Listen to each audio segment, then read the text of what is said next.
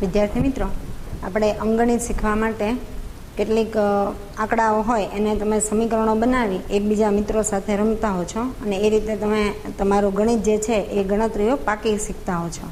જેમ કે એક ઉદાહરણ લઈએ, કોઈ વિદ્યાર્થી મને પૂછે કે તારો રોલ નંબર શું, તો હું સીધું ન કહેતા એને સમીકરણ બનાવીને કહું તો એણે થોડી વાર ઉકેલવું પડે અને એ રીતે ગણતરીઓ કરતાં શીખ્યા. જેમ કે 38 મારો રોલ નંબર છે, તો એ માટે હું એવું સમીકરણ બનાવું કે મારો જે નંબર છે એને 10 હોય એને તું 3 વડે ગુણ અને એમાં 8 ઉમેર, ત્યારે મારો રોલ નંબર મળશે. એટલે પહેલો મારો મિત્ર છે એણે પહેલાં 10 ગુણ્યા 3 30 વત્તા 8 એ રીતે મેળવવું પડશે અને એના પરથી એ કહેશે કે ઠીક, તો તારો રોલ નંબર 38 છે. ધારો કે મારા ઘરનો નંબર છે એને પણ હું આ રીતે એક સમીકરણ બનાવીને રજૂ કરું. માનો કે મારા ઘરનો નંબર 52 હોય અને કોઈ મને પૂછે તો હું એને એવું કહું કે 5 હોય એનો 2 ઘાત, એટલે કે 5નો 2 વાર ગુણાકાર, એને તું કરી અને એમાં તું 2 ઉમેર તો તને મારા ઘરનો નંબર મળી જશે. તો એ 5ની 2 ઘાત એટલે કે 5 ગુણ્યા 5 25, એને ગુણ્યા 2 કરવાના, એને ગુણ્યા 2 કરજો એવું મેં પહેલાં કીધું હોય. એટલે કે 25 ગુણ્યા 2 એટલે 50 અને પછી એમાં 2 ઉમેર એટલે કે 50 વત્તા 2 52, અને આવું કરે અને આ રીતે જો એ મેળવે તો આ એણે બહુપદી બનાવી કહેવાય. એવી જ રીતે ધારો કે મારી પાસે ખિસ્સામાં 100 રૂપિયા હોય ને હું એને એક પદી વડે બતાવું કે કોઈ મને પૂછે કે તારી પાસે કેટલા રૂપિયા છે, તો હું એમ કહું કે 25 રૂપિયા હોય એના 4 ગણા છે, તો એ 25 ગુણ્યા 4 કરશે અને આ રીતે મેળવશે. તો આ જે છે આ એક પદીનું ઉદાહરણ છે, કારણ કે આમાં એક પદ છે. મેં કોઈ એક પદ માટે અચળ કોઈ સંખ્યા ધારી લીધી હોય તો આને એક પદી કહેવાય. આમાં અહીં 2 પદો કોઈ સરવાળા અથવા બાદબાકીના સંબંધથી જોડાય ત્યારે આ 2 પદી એટલે દ્વિપદી થઈ કહેવાય. એ જ રીતે આ પણ દ્વિપદી છે. એ જ રીતે ત્રિપદી એટલે શું, તો ધારો કે કોઈ સંખ્યા હું એ રીતે રજૂ કરું, કોઈ એક સંખ્યા છે એનો 2 વાર ગુણાકાર કરો અને એના 3 ગણા કરો, એમાંથી એ જ સંખ્યાના 4 ગણા બાદ કરી દો અને એમાં 5 ઉમેરી દો તો જે મળે સંખ્યા એ મારો જવાબ છે એવું કહું, ત્યારે આ સમીકરણ અહીંયા 1 પદ 2 પદ અને 3 પદ હોવાથી હવે 2 થી વધારે ગમે એટલા પદો હોય એ બધાને બહુપદી કહેવાય.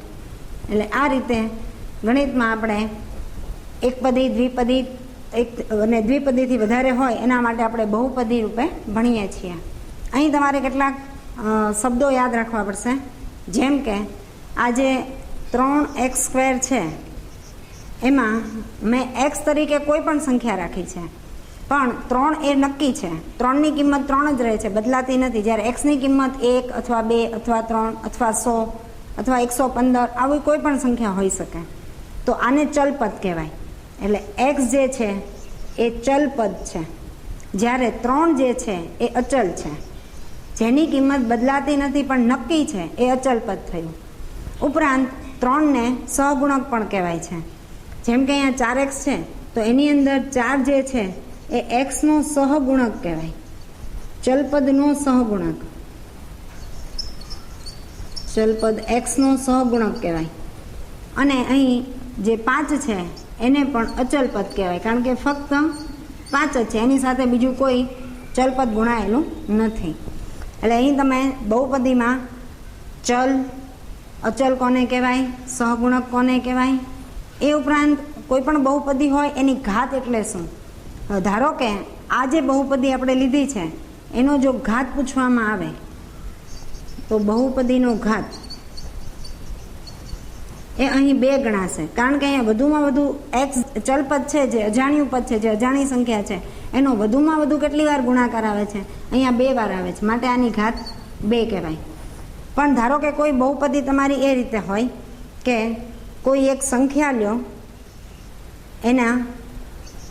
એની સાથે કોઈ એક x પદ ગુણાયેલું છે એ 2 વાર ગુણાયેલું છે, બીજું કોઈ અજ્ઞાત એવી સંખ્યા છે એ પાછી 1 વાર ગુણાયેલી છે, તો આ બહુપદીનો ઘાત જ્યારે લઈએ તો આ બહુપદીનો ઘાત 3 ગણાશે. કારણ કે અહીં 1 અને 2 બે અલગ અલગ ચલપદ છે. એમાં એક ચલપદ 2 વાર ગુણાયેલું છે અને બીજું ચલપદ 1 વાર, એટલે કુલ 2 + 1 3 વાર. તો આ રીતે તમારે સહગુણક, ઘાત વગેરે સમજી અને તમારે એ પ્રકારના જ્યારે પ્રશ્નો હોય ત્યારે એના એ રીતે જવાબ આપવાના રહે.